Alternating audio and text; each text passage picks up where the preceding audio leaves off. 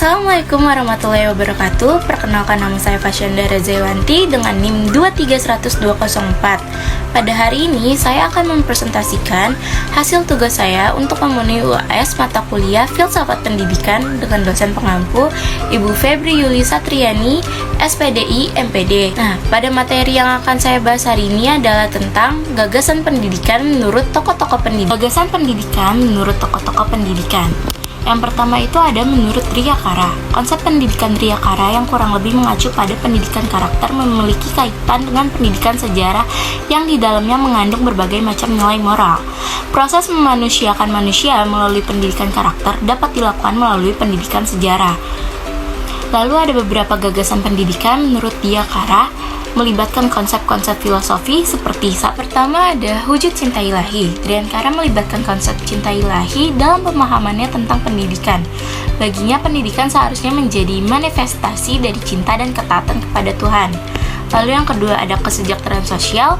Riyakara menekankan pentingnya pendidikan dalam mencapai keadilan dan kesejahteraan sosial.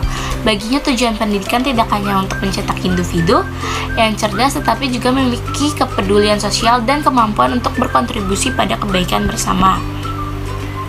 Yang ketiga ada pendidikan holistik. Gagasan pendidikan holistik tercermin dalam pandangan Riyakara bahwa pendidikan seharusnya tidak hanya fokus pada aspek kognitif, tetapi juga mengembangkan aspek emosional, sosial, dan spiritual. Dan yang keempat, pendidikan sebagai proses pencerahan batin. Riyakara melibatkan pendidikan sebagai suatu proses pencerahan batin atau rohani. Pendidikan tidak hanya berkaitan dengan peningkatan pengetahuan secara intelektual, tetapi juga pencerahan batin yang mengarah pada pemahaman diri, nilai-nilai hidup, dan tujuan hidup yang lebih tinggi.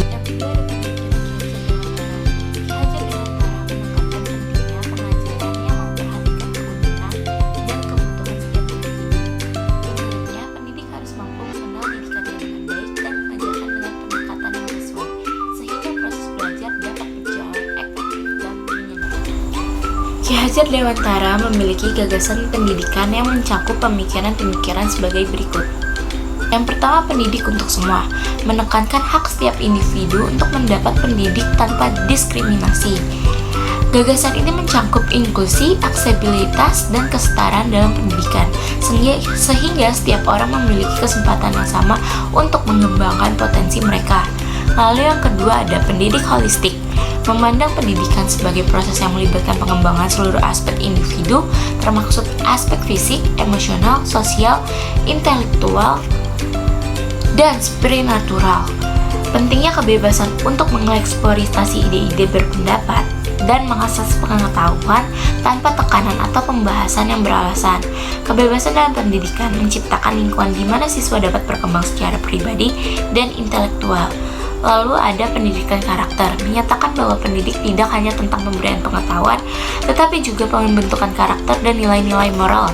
Pendidikan karakter bertujuan untuk membentuk individu yang tidak hanya cerdas secara akademis, tetapi non-akademis pun juga. Lalu ada pendidikan sebagai alat pembahasan, melihat pendidik sebagai sarana untuk membebaskan individu dari ketidaksetaraan, ketidakadilan, dan ketidakberdayaan. Pendidik dianggap sebagai kekuatan pembebasan yang memberikan akses ke pengetahuan dan keterampilan yang dapat memperdaya individu untuk mengubah hidup merata sendiri dan masyarakat. Thomas Likona mengantarkan pendidikan adalah usaha untuk membentuk seseorang memahami etika nilai-nilai etika secara sengaja.